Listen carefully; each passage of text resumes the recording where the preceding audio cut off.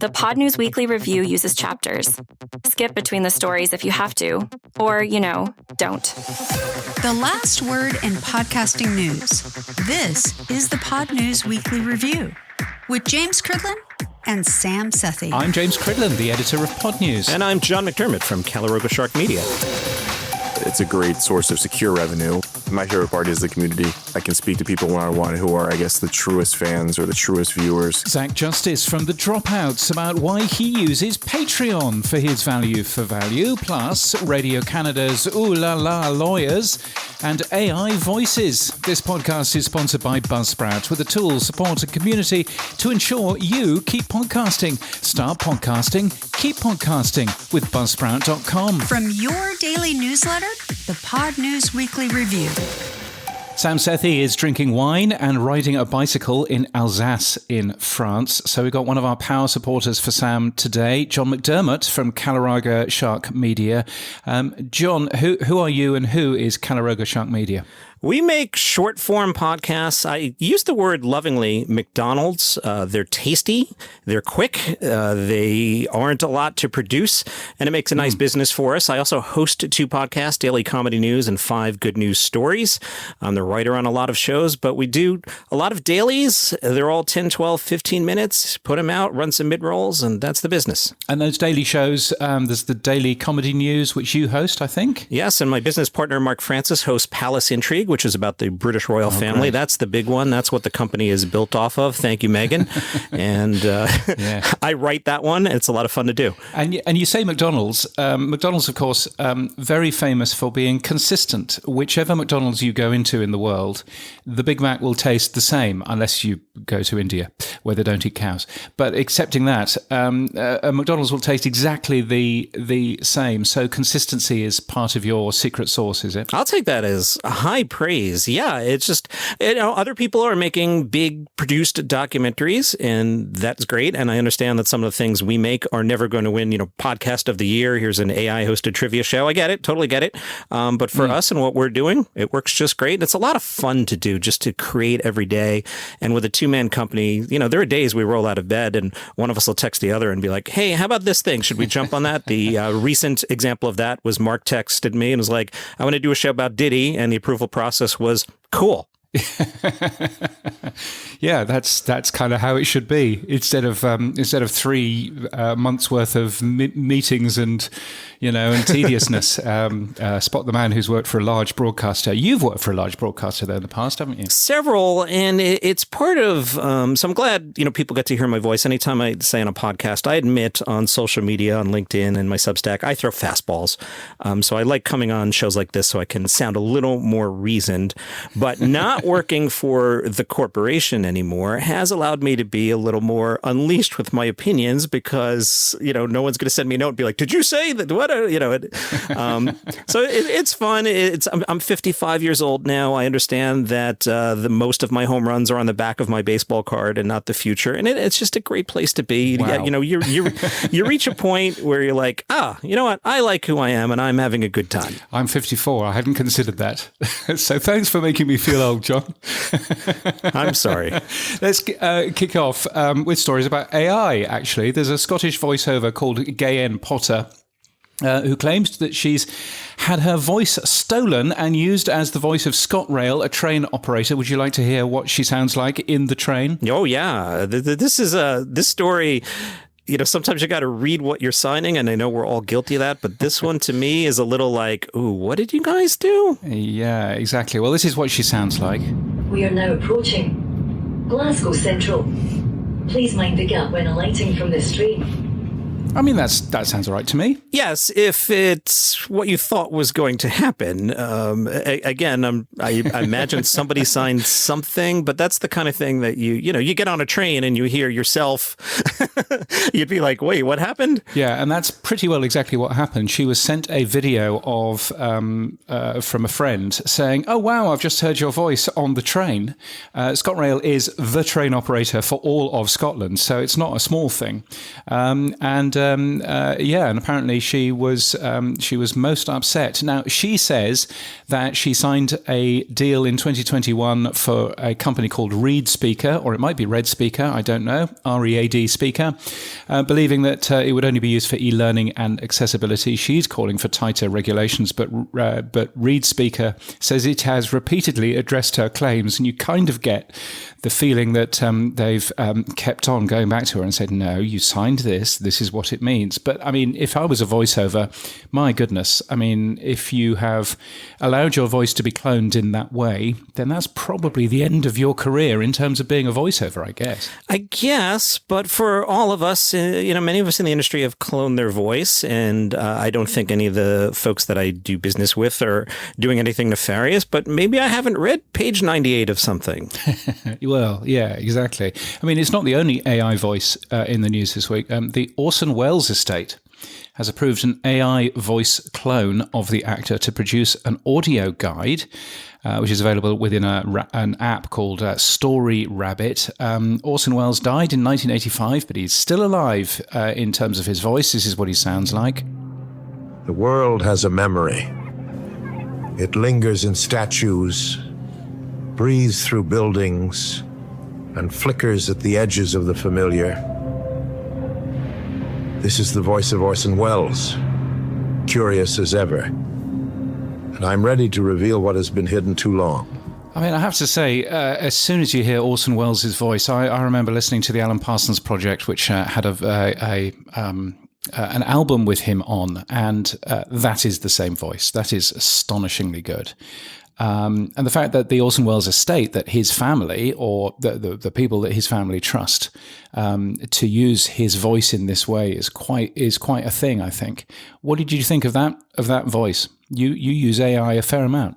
I have a big smile on my face. Just that's Orson Welles, or what my mind thinks Orson Welles sounds like. That's fantastic. On a similar note, Netflix had a recent documentary about Churchill where they took Churchill's words from his books and had Churchill AI voice Churchill. And I thought it made the whole story better. It was fantastic. Yeah. So I'm in favor of these things. Again, if the estate is on board and it's not, hey, let's clone James Cridlin and have him host the Polka Show. That's not cool. But if everybody's on board with something, that's great. So it's Orson Welles. We understand he died, 40 years ago? But great to hear him again. I have a smile on my face. Yeah, no, it's really good. So you use AI for a fair amount of things, don't you? Yeah, and you and I have discussed this publicly, privately, and my take on it. For example, we just did a new series. It's called Eastwood Reloaded. It's about Clint Eastwood. I work for a two-man company. I sound like this. Mark was born in Adelaide, Australia, so he sounds like that. Neither one of us is quite right for an Eastwood podcast. You're not right for it. Sam's not right for it. The AI voice we picked is right for it. And, I wrote the words and an AI is voicing it, and Mark produced it. I think it sounds pretty good. So we use AI voices regularly. I use AI in show production, development, help me figure out, again, back to Eastwood, I probably would have just handed in Dirty Harry and The Good, the Bad, and the Ugly. And the AI, as I shaped it, I was like, what ideas are here?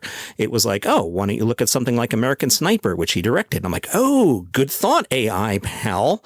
On some of our narrative series, I'll throw the scripts back into AI after I'm done with them. I just did this on the Acting President series, and just to have the AI check, okay, did I leave any dangling plot threads? Did I not establish something? Is something not clear? Is there continuity here? And it's great for helping with that sort of thing. So here's a little clip of some of that Eastwood Reloaded podcast. He was already a known quantity. But this is where the Eastwood myth becomes something more than myth. Here's what you need to know. Dirty Harry was released in December 1971, directed by Don Siegel, a frequent Eastwood collaborator.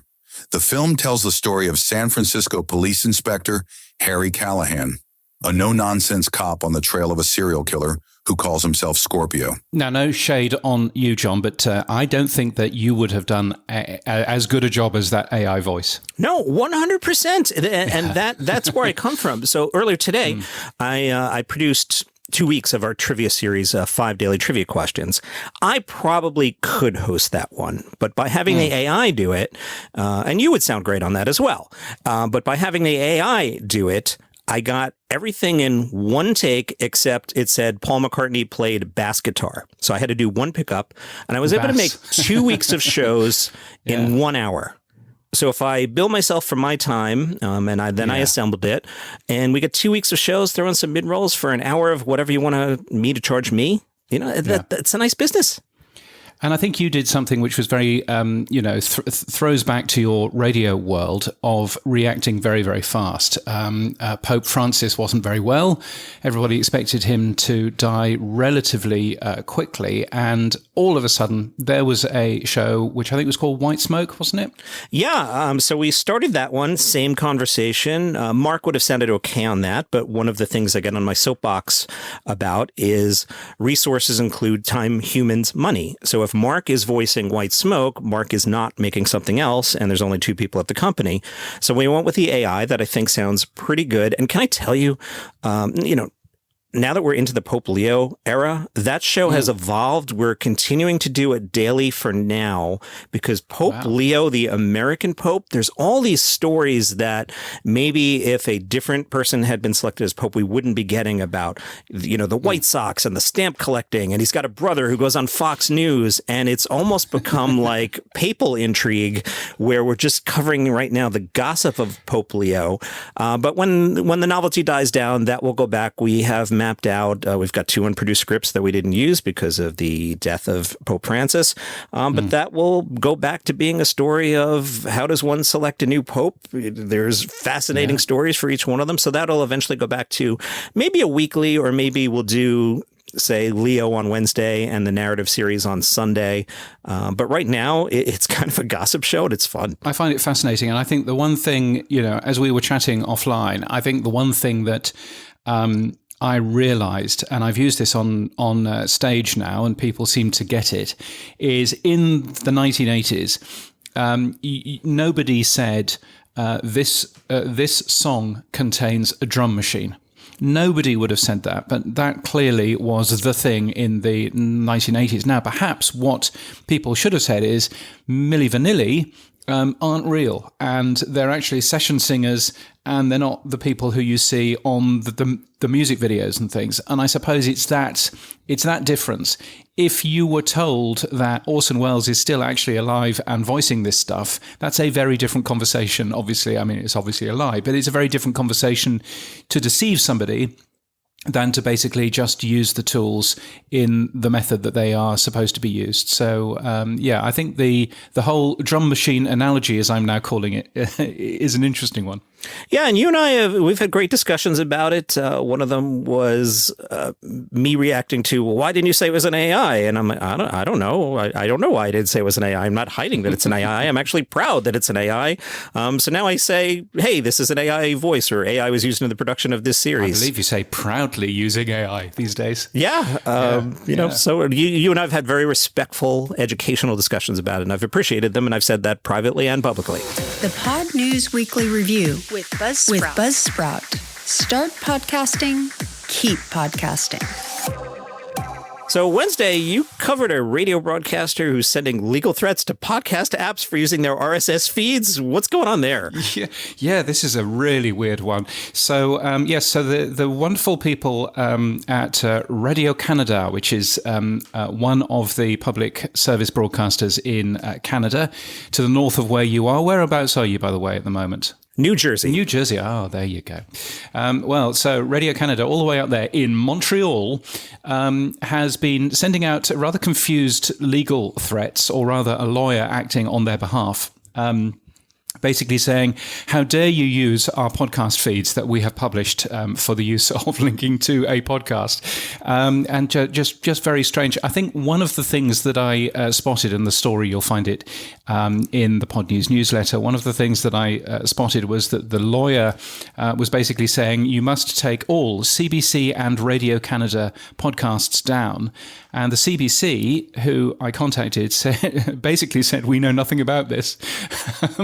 and please don't do that. So, Radio Canada has a very different strategy, but their strategy appears to be have a confused lawyer that doesn't really understand how podcasting works, and get them to send legal threats to podcast apps for using open RSS feeds that are available in Apple Podcasts, and they haven't ticked the box that says, don't give this RSS feed to anybody else.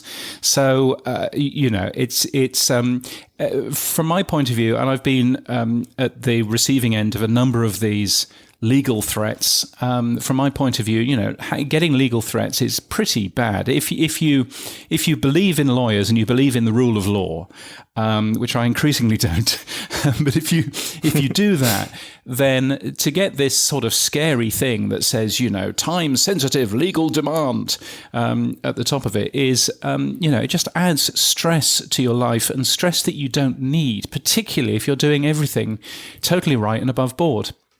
So, so it was quite interesting being able to focus on that, being able to, essentially make a thing of this particular lawyer. It's not the first, it won't be the last, but hopefully lawyers will look at this and go, oh yeah, okay, actually we need to get our ducks in a row. We need to understand what it is that we are asking for here. And we need to understand how podcasting works, first of all. So, I don't know whether are you comfortable with anybody using your RSS feed as long as it's being used in the right way?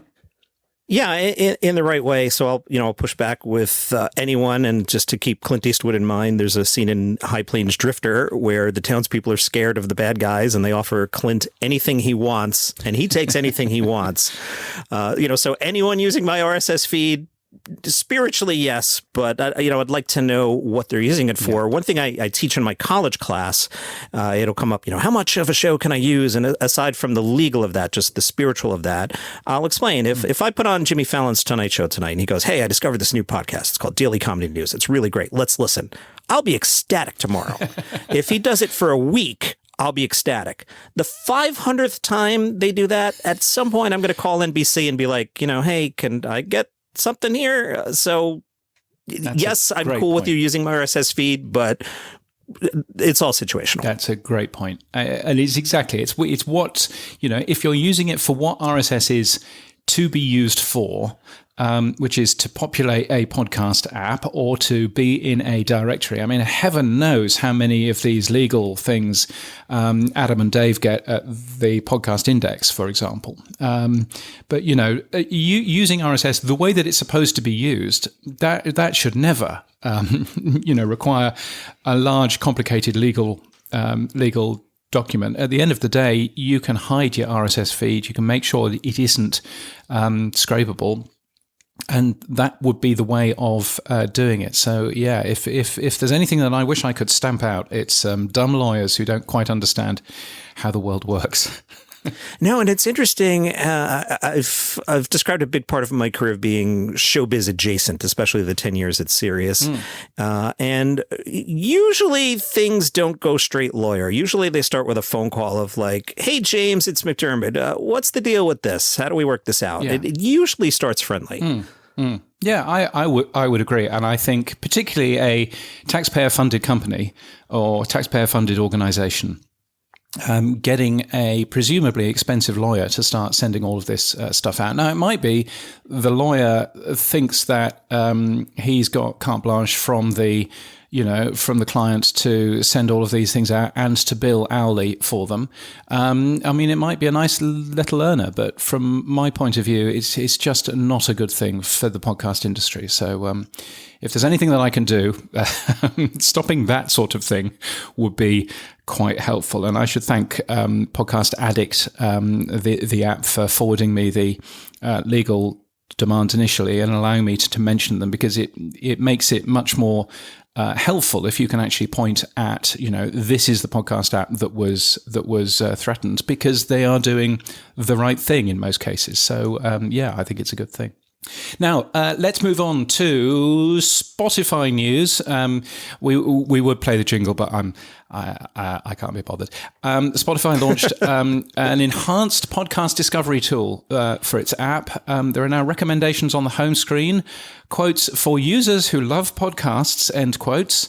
I'm not quite sure how those recommendations are chosen. There's also a threaded views in their comments and a following view within the app. Have you seen the recommendations on the home screen? And if you have, John, what have you actually seen being recommended to you? What new unearthed podcast might there be there?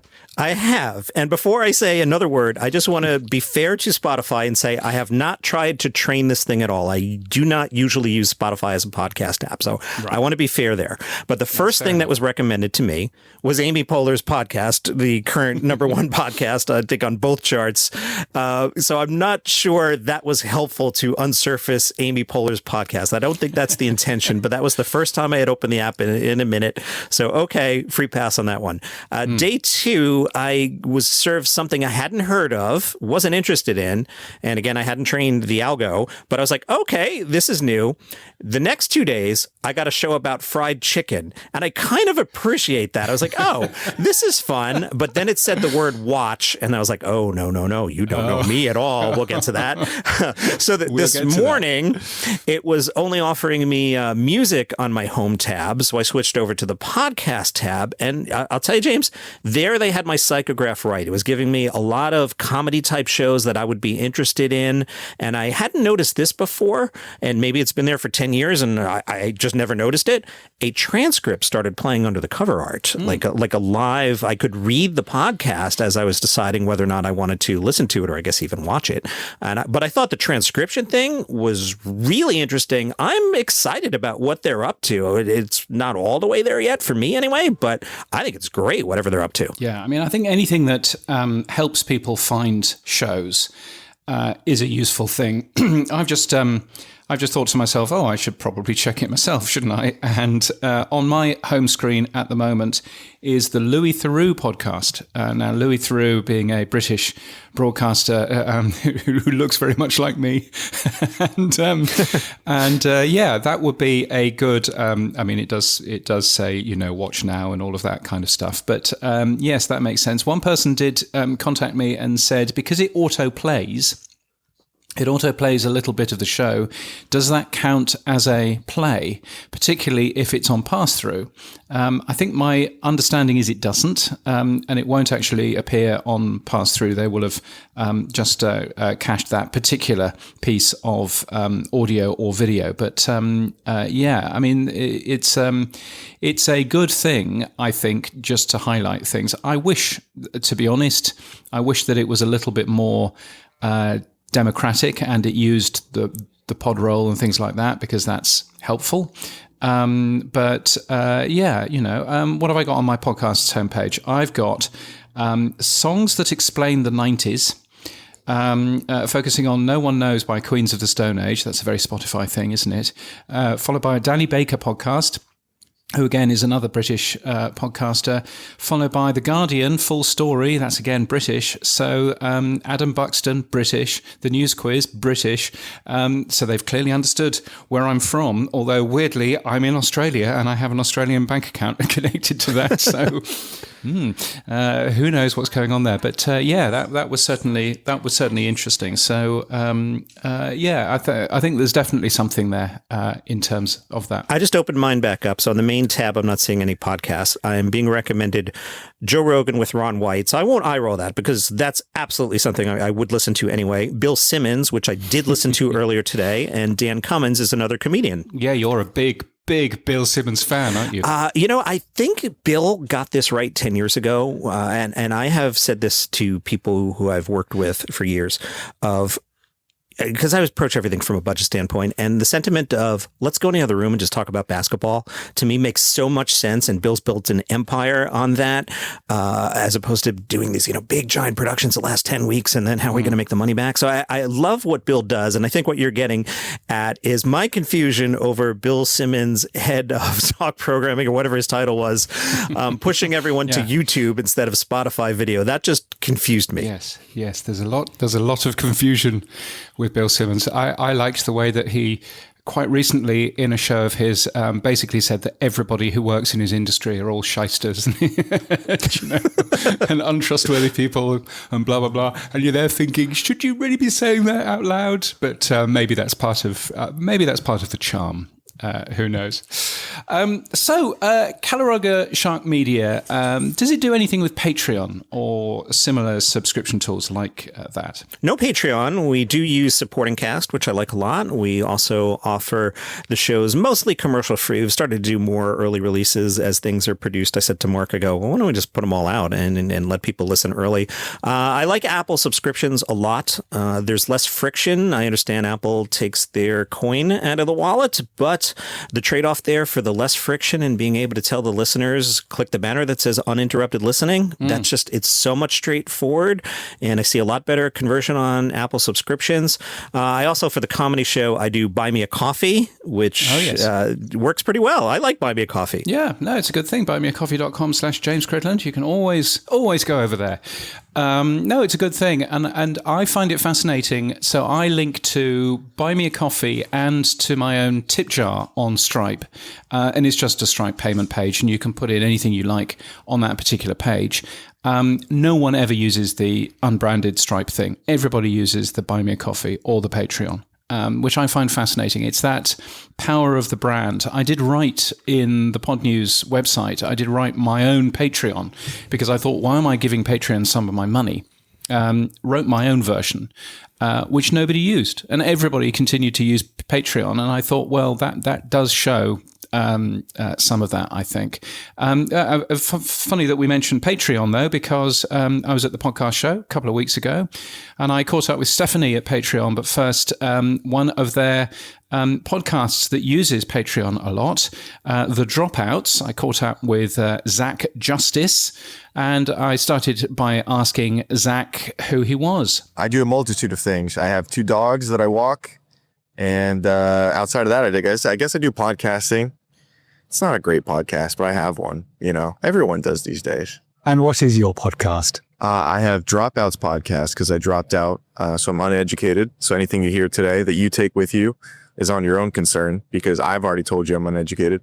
And then I have another one called The Lunch Table. So 2 podcasts in a week. And for some reason, that's apparently a job nowadays. We know of your podcast. They're big, big, big shows.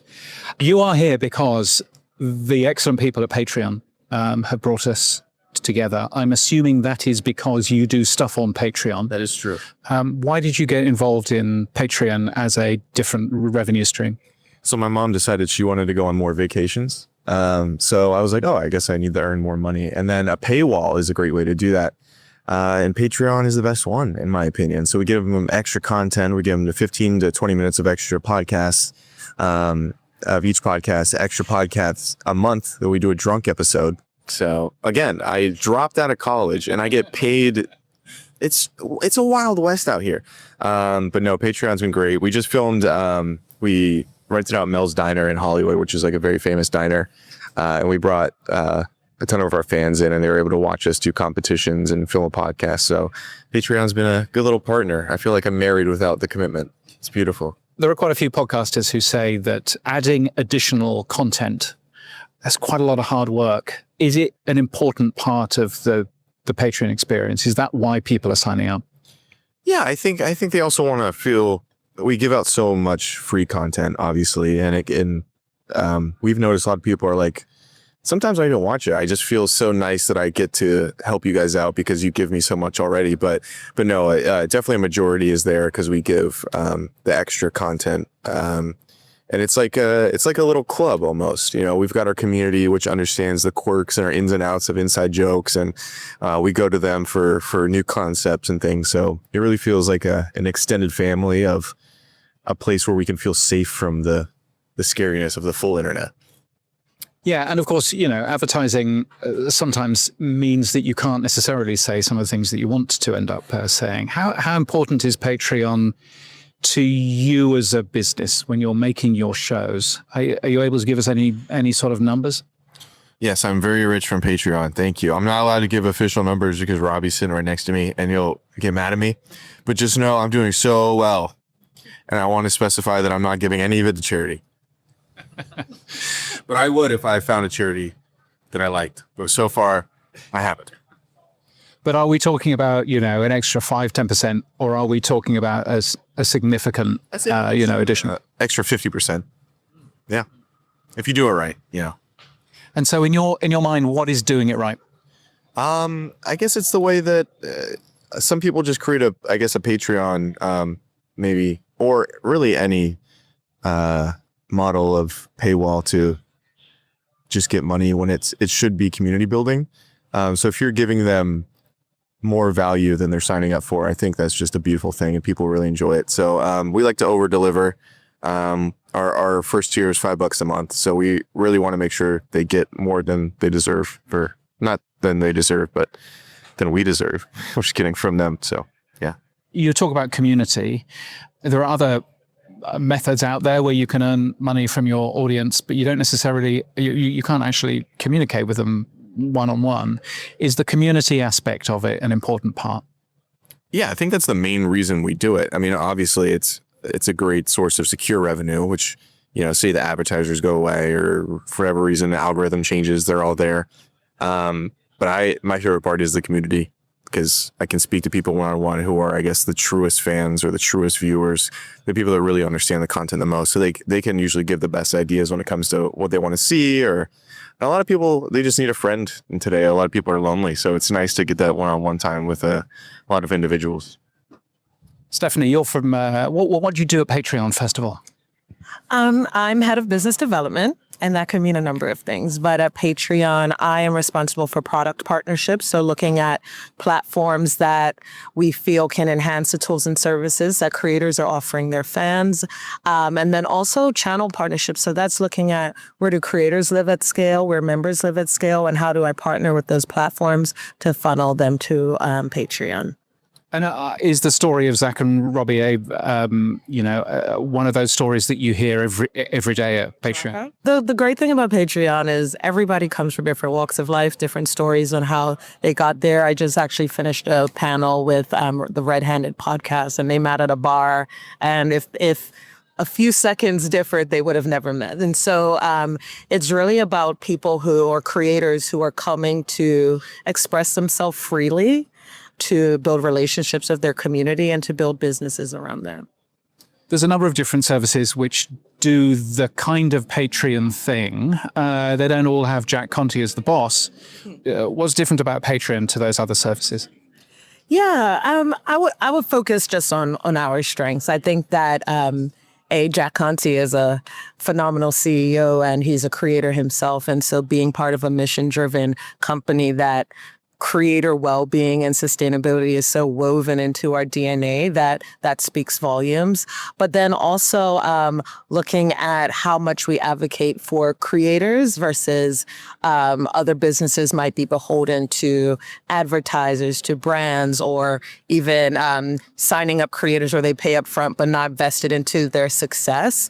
Our platform is if the creator makes money, we make money. If they don't make money, we don't make money. And so that aligns incentives and objectives so that we are fully vested into their success. And so we are incentivized to do IRL events like we did with Dropouts because we want them to be successful. It all becomes a flywheel. And so I just think the passion about creators, it differentiates ourselves. And then we have put significant investment into our podcasting vertical. We have over 40,000 podcasters, 6.7 million paid members for those podcasts, and they made over $472 million last year. And so I think that indicates to the market and to our creators and to fans that we take podcasting really seriously, and we've been building tools to help you build sustainable businesses on our platform.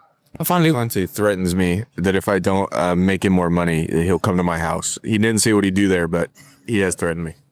He'll come to your house and sing. That's the scary thing. Yeah, he's going to bring the whole band. He's going to bring the whole Pontamoose or whatever they're called and just jam out. My last question to you, Stephanie, is what have you learned works really well? What is the Dropout doing that other podcasters should also be doing? Yeah, I think first podcasters understanding that it doesn't take like a whole full production house to build a new business on Patreon. You can literally keep the cameras on longer and deliver extended content, bonus content. I think making things exclusive on Patreon, but minimizing the amount of extra effort you have to put in, that's the highest ROI, because your fans are going to want more coming from those channels. I think also the community tools that we have available via community chats, being able to do DMs, comments, and we're also launching live later this summer, so you can do live Q&A with your fans or do a live DJing session or teach them how to play an instrument. There's so many things that allow you to have extra touch points with your community. And then when it's time to galvanize them for IRL events like at Mel's Diner, they're ripe to go because they're energized, they're excited, and it's something that they can't get outside of Patreon. Very cool. Stephanie, Zack, thank you so much for your time. I appreciate it. I know you are giving him a handshake on for our audio listeners. Yes, thank you. On the record. On the record. So there we are. And if you would like to obviously go and support the Pod News Patreon, then do that. podnews.net/Patreon. I'll get 2 accounts. Radio and podcasting seem to be merging, John. There's iHeart have just announced the launch of a new nightly radio show and podcast, which is called True Crime Tonight. And the show is going live this week on 20 broadcast radio stations throughout the US. Is this where you think radio should be going? I think that's a lot of fun, especially, we both come out of radio. The nighttime, especially the overnight format, always allowed for talk, a chance to try things out. I think this is neat rather than throwing on another show discussing the issues of the day or the politician of the day. It's different, and it may get podcasting content in front of casuals, and I think that's great. Yeah, I thought it was interesting. So, I mean, it's obvious what iHeart are doing, given that the artwork for True Crime Tonight is pink. So it's pretty obvious what's going on there. They are trying to get more younger women listening to their radio stations. Now, if it's gone live on 20 broadcast radio stations, that sounds a lot to a European. That is not a lot. iHeart own over 1,000. So this is most definitely a very limited test. But I think it's certainly an interesting test to put true crime content out on the radio. I don't think that that's really a thing. Certainly isn't here in Australia or in Europe. Is there much true crime radio where you are? Not that I'm aware of, and I rarely hit that radio button these days. I'm wondering here, an educated guess, could part of this be added value? Hey, buy some of our iHeart True Crime podcasts, and we'll also air your spots in otherwise unsold inventory. I am absolutely sure it is. Yeah, I'm absolutely sure it is. I see, many iHeart stations now have a huge, great big chunk of podcasts on Sunday evening, which is typically a time when nobody listens to the radio that would normally listen during the week. And so it's a very specific time to have a listen to the radio, and you can very much see that if you sponsor this particular show, not only do you get the podcast, but you also get a big chunk of audience on our broadcast radio stations, and that way they can charge the client more. And I think that it's probably less about added value and more about a justification for the charge that they would give that particular client. But I find it fascinating, and more radio stations broadcasting podcasts is something that I would expect to see over the coming months and years. The Edison Research Infinite Dial seems to be now relatively close in terms of the amount of spoken word content that is being listened to on the radio and the amount of spoken word content that is being listened to on podcasts. And I suspect that I'm not quite sure when that is going to happen in the next year and a half, but I suspect that podcasting will overtake radio in terms of the primary place that we listen to spoken word content. And why not use the same content, more than once? How are the radio stations getting back on the clock? At some point, you have to resync with the top of the hour, even if it's a hard fade mid-sentence in the middle of a true crime story at 3 a.m. Is there a live jock making things time out, or are we just playing a 90-second music bed? Who cares? I'd just be curious. I have heard iHeart's podcast radio stations in the past literally fade a podcast out to hit the news at the top of the hour. Which is awful. In this day and age, I have no idea why they're hitting news at the top of the hour. It's very easy just to buffer that in your playout system and play it when it's next ready, when that podcast has finished. And if that podcast finishes 30 seconds, I used to sometimes. I did a breakfast show for a radio station in the north of England. And I used to turn up at 5:30 or so, and I would be on the air at 6, and it would be automated until 6 when I would turn up. Sometimes I didn't get into the studio in time to actually hit the commercial break to go into the news. So I would go next door to the other studio that nobody was in, record the news, and then play another song, and then I could finish that song as the song was supposed to finish, and play the ad break, and then, or the stop set, or whatever it is that you Americans want to call it, and then go into the news, and no one knew because it just sounded better. I didn't have to pot something early. So I think a lot of it is down to how it gets played out. A lot of it is down to, do you actually play that show? That show's nominally, 25 minutes. Do you play that at 5:30 so that you finish in time to play a song which you can then fade out and it sounds less bad than fading out? And the killer was... So I don't know, but I find all of it fascinating. I think if there's one thing about radio that drives me a little bit mad, radio is now full of people that don't care very much about radio. And I wish it was not the case, but that's kind of how it is. Your just real quick story, your news stories reminded me of a trick I learned from my mentor and former WRPD, David Bernstein, who taught me a lot of this. He taught me when you get up in the middle of the night, for reasons men get up in the middle of the night at least once, put the radio on for 5 seconds, and then call the hotline and ask any question. Like, James, did you and Sam just talk about Spotify? Yeah. Okay. No, I wasn't sure. I was like half asleep. Yeah, the show sounds great. And then go right back to bed and it makes your air staff think you're a hawk and always listening. Yes. Very clever. Very wise.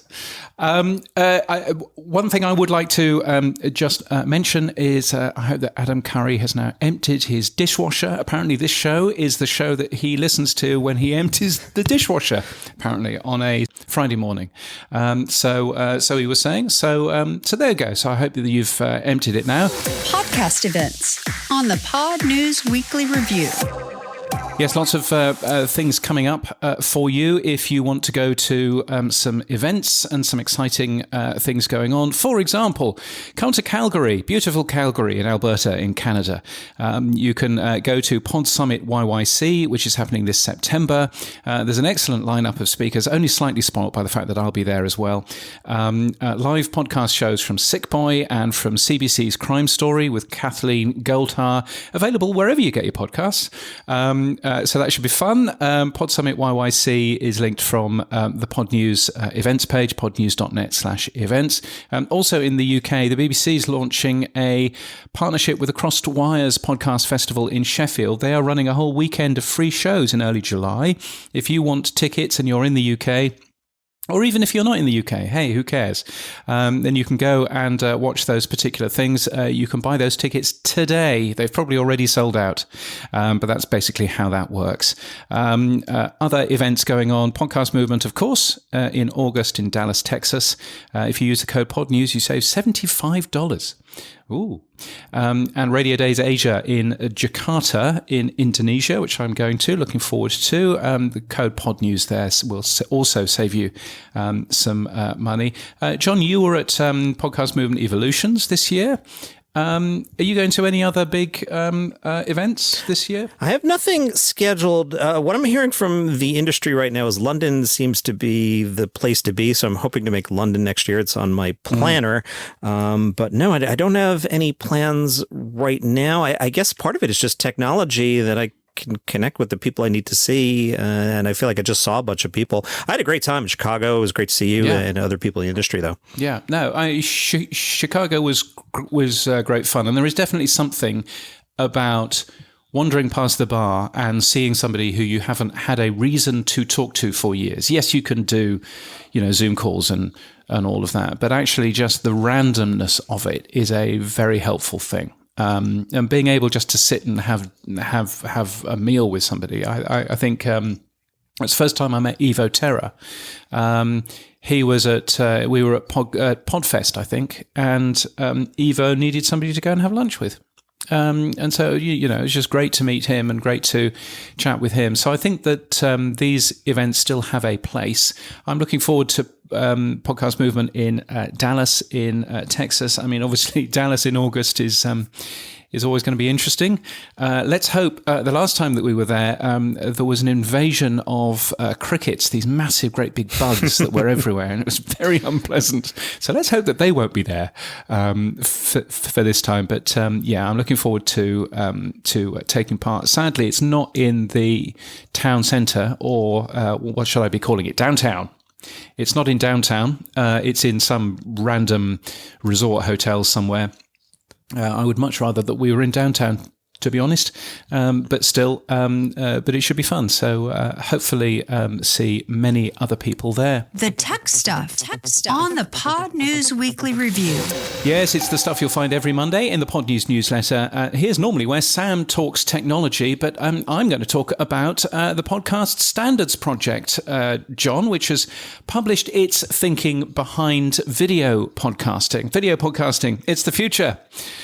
And they are talking about HLS delivery of video. So basically, HLS is a way of allowing somebody to download a video, but instead of downloading one great big file, you're downloading lots and lots and lots of tiny 10-second files. And the benefit of doing that is that it allows you to do things like work out how fast the viewer's internet connection is. So you can feed them either a decent quality video stream if they've got a great internet connection, or feed them one which is lower quality but will work better.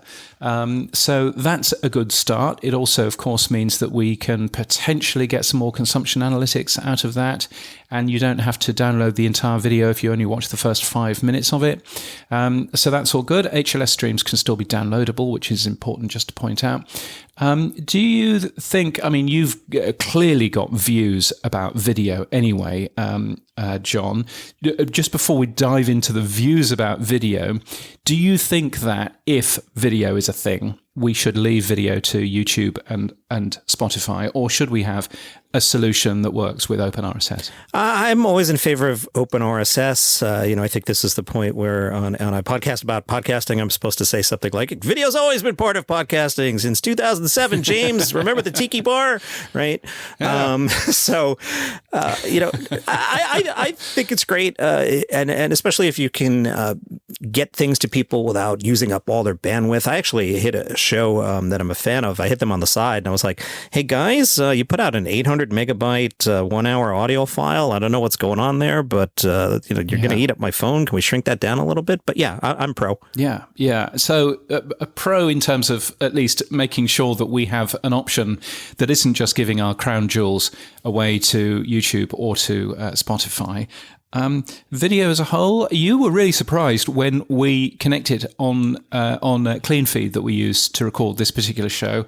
You said, "Oh, there really is no video," because I had made a joke about it, and you said, "Oh no, there really is no video, is there?"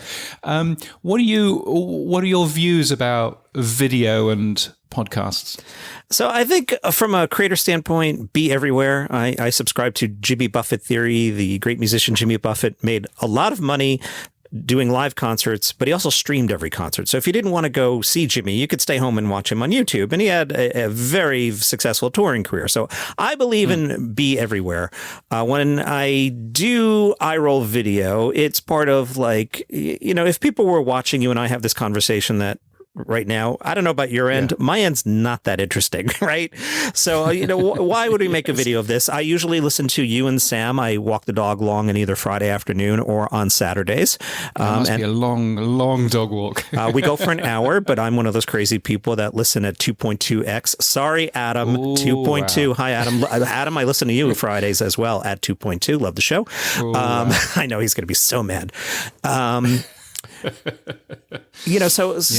So with all these things, it depends what we're making. If I've got the talk show set and my guest is a prominent politician and we've got a 4-camera shoot and I have a nice suit on and the makeup is there and the lighting is good, sure, let's make a video. 2 guys talking about podcasting, maybe not, doesn't need to be a video. But I think my big thing and my caution to the industry is I worry about companies reading things and going, oh, we got to get into video. How come we don't have video? And we hire a video team and then maybe the return isn't there. And then we lay the video team off. And then where are we? And I'm really worried about that happening, the rush to video, and then that didn't work, tap the brakes, what's the new shiny object? And we've talked about, I can't remember what was the live thing on Twitter X that we were all doing for 5 minutes and there was fire or something? Oh, yes. Right? There was Vine, I think, which was something, and then exactly. And I mean, I've seen a ton of people who've been hired and then fired because Facebook changed its mind in terms of how video works as well. I know that Adam Curry is very keen in his view that video is a fad and it'll go away again. I think from my point of view, I'm a little bit more sort of existential on this. We have a specific place of producing audio-first content, stuff for your ears when your eyes are busy. That is significantly what podcasting does, and that makes us different to every other media out there. Now, if we all of a sudden start making TV, then we are no different to all of the other people who are making crap TV on YouTube. And all of a sudden, the podcast industry just goes away. And it's why I'm keen that we understand what podcasting is, because at some point we need to understand, okay, the podcast industry is worth this much. The podcast industry is growing. More people are listening to podcasts than ever before. All of that kind of useful narrative for advertisers and for brands goes away if there's no such thing as a podcast industry anymore. And the only thing that we are spruiking, to use an Australian phrase, is just video, is just cheap video. So I think from my point of view, I like the fact that we have a separate identity, and I'm concerned if that separate identity goes away. Absolutely, make video, knock yourself out, but it's still a podcast, right? Yeah, and I share the concern about maybe the power being taken away from the creator. If some of the bigger platforms were to change their mind about something, where does that leave you? I actually go the other way. I'm a fan of several YouTubers. These shows where like eight people are in Zoom boxes and they talk about is the new Fantastic Four movie any good? I love that stuff. I have an app. I rip those videos to audio and drop them into Pocket Casts, and most nights use that to help me drift off to sleep as we argue about the Fantastic Four. So those are videos that I don't even want your video. I don't want to look at the 8 of you in the boxes. I just want to hear what you have to say. Yeah, well, it's a weird old thing. Silas on Linux has sent us 1,000 sats through Fountain. He says that he's coming around on HLS, on the technical side of it, because of the multi-resolution thing of it. And he also says, of course, you can do range headers and things like that, but the benefit of using HLS is to allow you to have a resolution that is right for the individual app or the individual device that you're watching all of this stuff on. But he says, slowly I'm coming round to it. I need to play more with HLS. Well, Silas, good news. Silas is beginning to understand the benefits of HLS. So that's a fine thing. Talking about feedback, I guess we should do this. Boostergram. Postagram, super comments, zaps, fan mail, super chats, and email. Our favorite time of the week, it's the Pod News Weekly Review inbox. Yes, so many different ways to get in touch with us. Fan mail by using the link in our show notes, super comments on True Fans or boosts everywhere else, or of course email as well. And we share any money that we make too, not with you, John, but Sam and I share all of that. We got a fan mail this week. Fan mail, of course, through our sponsor Buzzsprout. You'll find a link in our show notes that says something like send Sam and James a text. And a mysterious person ending 5236 from Akron, is that how you pronounce it? In Ohio? Akron, Ohio. Akron, there you go.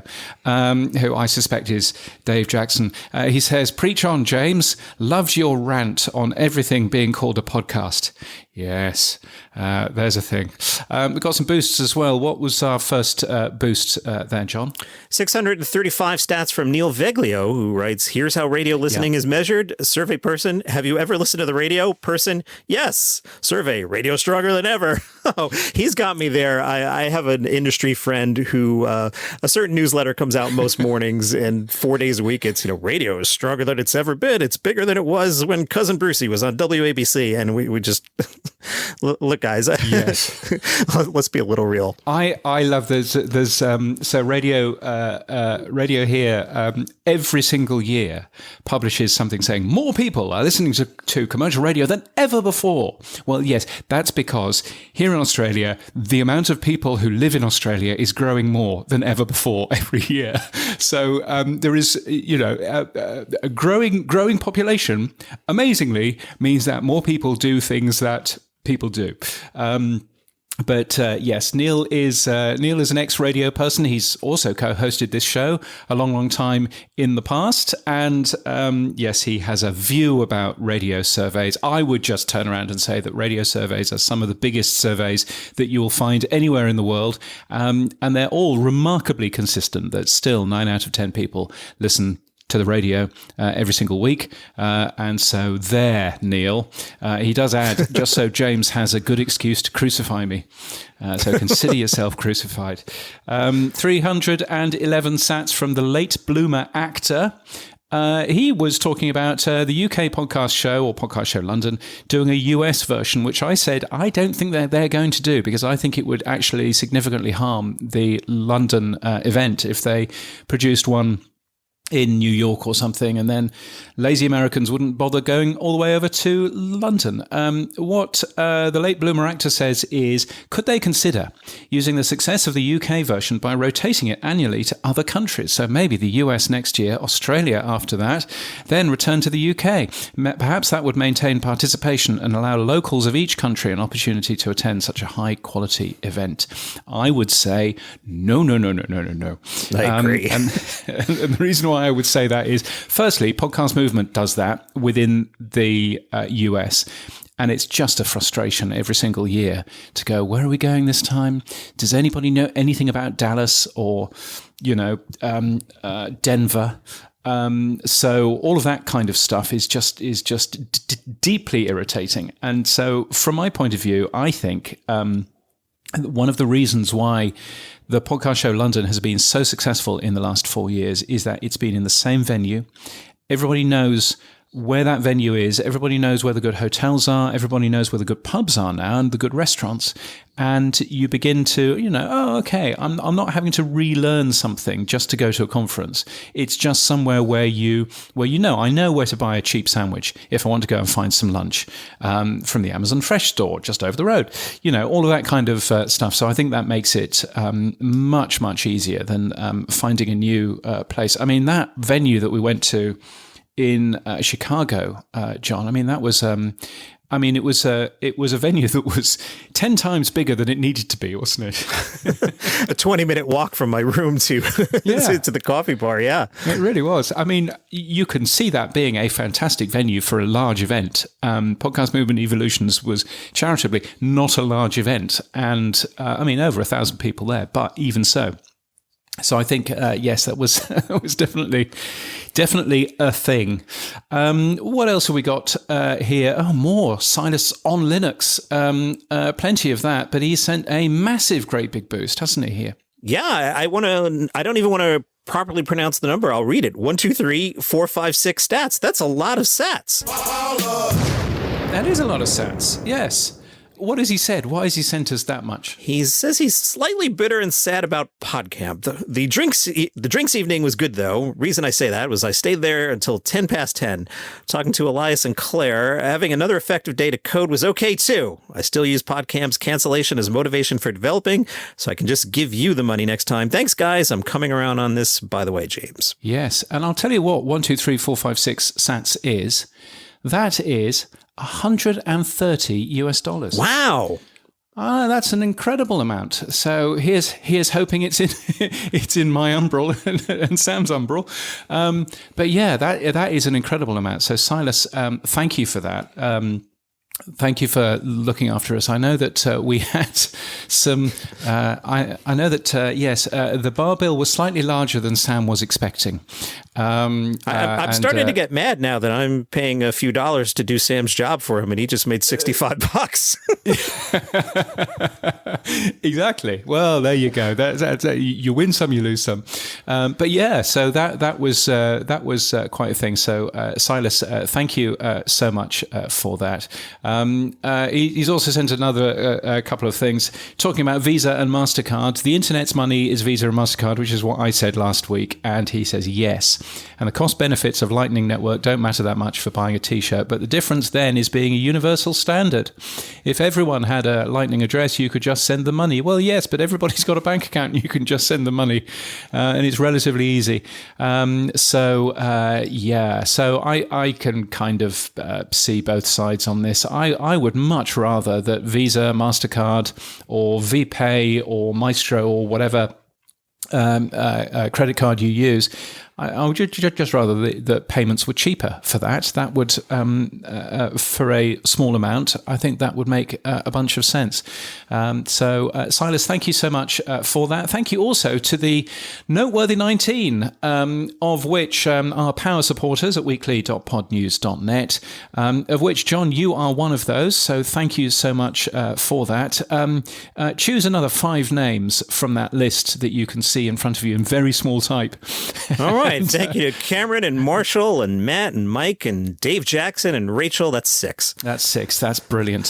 So what's happened for you this week, John? What is a normal week in the Caloroga Shark Media tower suite that you inhabit? I had a nice, productive head down week of just doing, I call it watering the plants. So tweaked some artwork, wrote some promos and actually scheduled them, worked on the editorial calendar, hit up Apple for some promotion requests.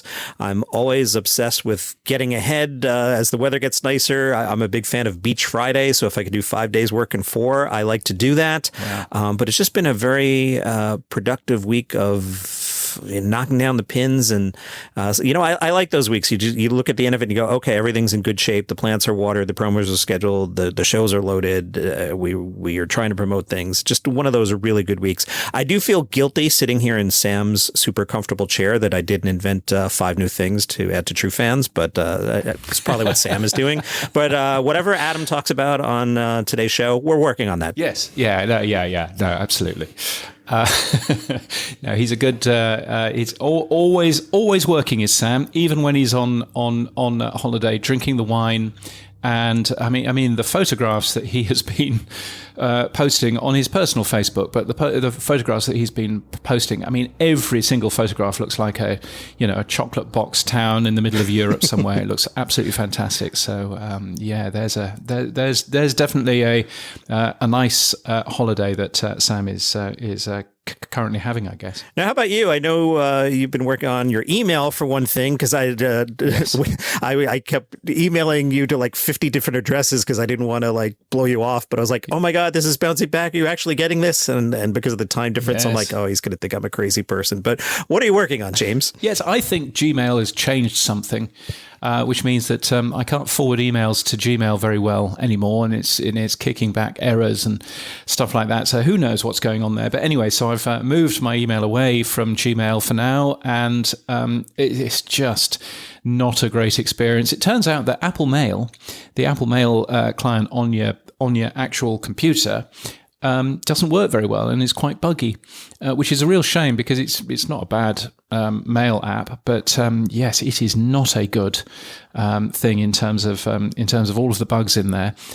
So what I'm currently doing for the main Pod News newsletter is I'm reading all of my emails on my laptop using Apple Mail, and then I'm replying on my laptop, but I have to delete the email on my phone because it works on my phone but doesn't work on my laptop. So it's just the most unpleasant experience. Anyway, if you've got a solution for email, then I would love to hear it. Not Mutt, Adam. I don't want to use that. Thank you very much. And not Thunderbird because, it's 2025. So if anybody else has got any ideas, and not Outlook, obviously, then james@crid.land is my personal email. And also, I've planned a holiday myself. I'm going to Darwin. I'm looking forward to that. That's so Darwin will be, well, I was going to say 30 degrees, which sounds really cold, but no, it'll be really warm. It'll be in the late 80s, early 90s, and it'll be fantastic up there. So I'm looking forward to that in early July. So I'm going to tell Sam that he needs to both find a guest. And also to edit the show himself. So who knows what will happen there. And that's it for this week. All of our podcast stories taken from the Pod News Daily newsletter at podnews.net. And you can support the show by streaming Sats. You can provide feedback using the Buzzsprout fan mail link in the show notes. Send a super comment or become a power supporter like me. And, Sam, you're welcome. And the rest of the Noteworthy 19 at weekly.podnews.net. That's the way I did it. I found that was the easiest way to do it. Yes, it is excellent. And it works with the internet's money, which, of course, is Visa and MasterCard. Our music is from TM Studios. Our voiceover is Sheila D. We edit with Hindenburg, and we're hosted and sponsored by Buzzsprout. Start podcasting, keep podcasting. Thank you, John. Thank you. Thanks for having me. Get updated every day.